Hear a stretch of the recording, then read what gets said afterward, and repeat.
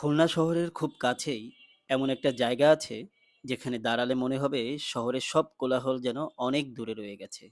এটা কচুবনিয়া, মটিয়াঘাটার জলমা ইউনিয়নের নদীর পার।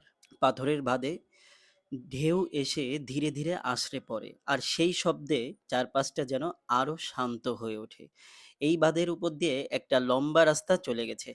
হাঁটতে হাঁটতে শুধু দুপাশে পানি আর আকাশ, মনে হবে প্রকৃতির মাঝে দাঁড়িয়ে সময়ের গতি যেন একটু ধীর হয়ে গেছে।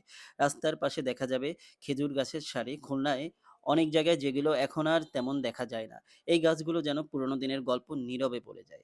পাশেই একটা ছোট্ট গ্রাম, নীরব, শান্ত, সবুজ মাঠ আর পুরনো বাড়ির মাঝে এখনো টিকে আছে গ্রাম বাংলার সহজ জীবন। পড়ে আছে একটি ছোট্ট দোকান, সামনে কয়েকটা বেঞ্চ। বসে থাকা যায় নদীর তীরে, নদী যখন শুধু বাতাসটা অনুভব করা যায়। নদীতে ভেসে থাকে জেলেদের নৌকা। এই দৃশ্যটা প্রতিদিনের। তবু প্রতিবার দেখলে মনে হয় যেন নতুন। আসতে চাইলে গল্লামারী থেকে অটোতে মল্লিকের মোড়, ভাড়া মাত্র ২০ টাকা। সেখান থেকে একটু হাঁটলেই এই শান্ত জায়গাটা। খুলনায় এমন অনেক সুন্দর জায়গা আছে যেগুলো আমরা হয়তো এখনো ঠিক করে চিনে উঠতে পারিনি। সময় পেলে একদিন কোচবিহার চলে আসুন। হয়তো এখানেই আপনি খুঁজে পাবেন একটু শান্তি, একটু বাতাস আর একটু নীরবতা।